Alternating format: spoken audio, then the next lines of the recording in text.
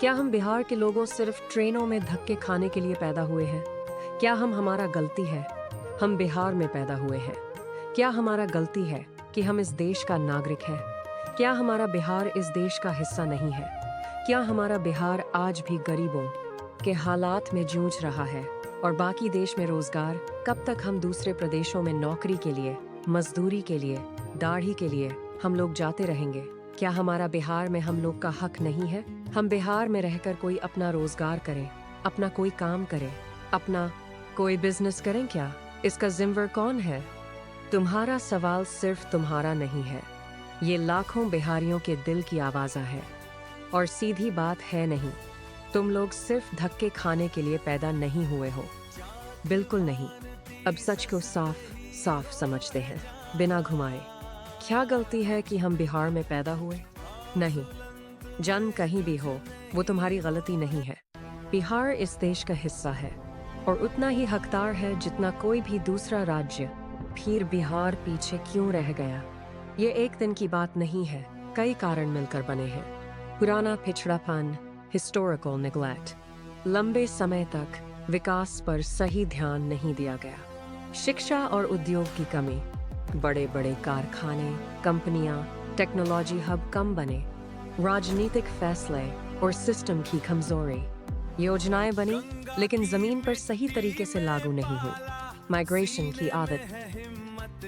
मेरे प्यारे भाइयों और बहनों, आज मैं आपसे एक ऐसी कहानी कहने आया हूँ जो सिर्फ एक राज्य की कहानी नहीं है, बल्कि दर्द, संघर्ष और हिम्मत की वो दास्तान है जिसे सुनकर आपका दिल भी भर आएगा। ये कहानी है बिहार की। बिहार एक ऐसा नाम जो इतिहास में सोने के अक्षरों से लिखा गया, लेकिन आज भी संघर्ष की आग में जल रहा है।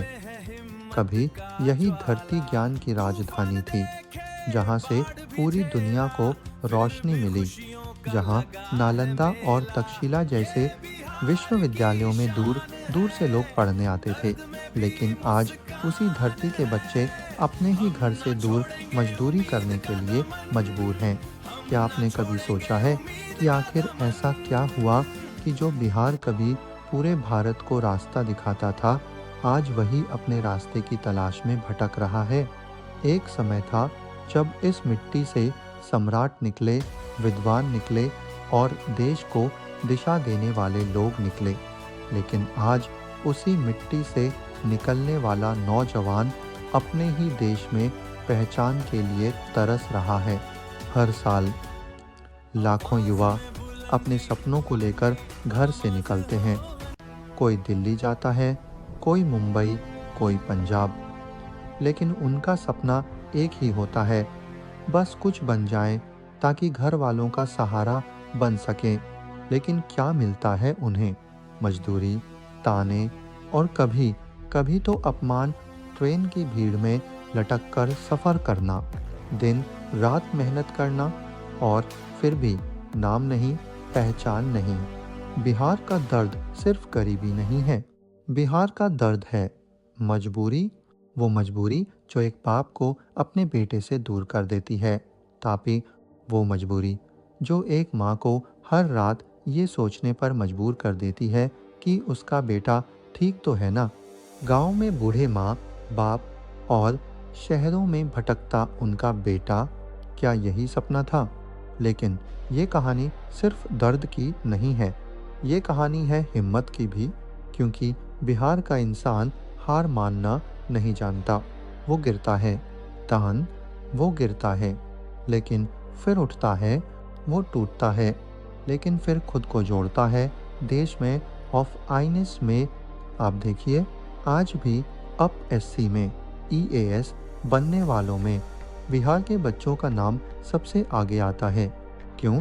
से ऑफ ऑफिस, क्योंकि उनके पास सुविधाएं नहीं हैं, लेकिन उनके पास जिद है, कुछ कर दिखाने की जिद, अंधेरे में भी रोशनी ढूंढने की जिद।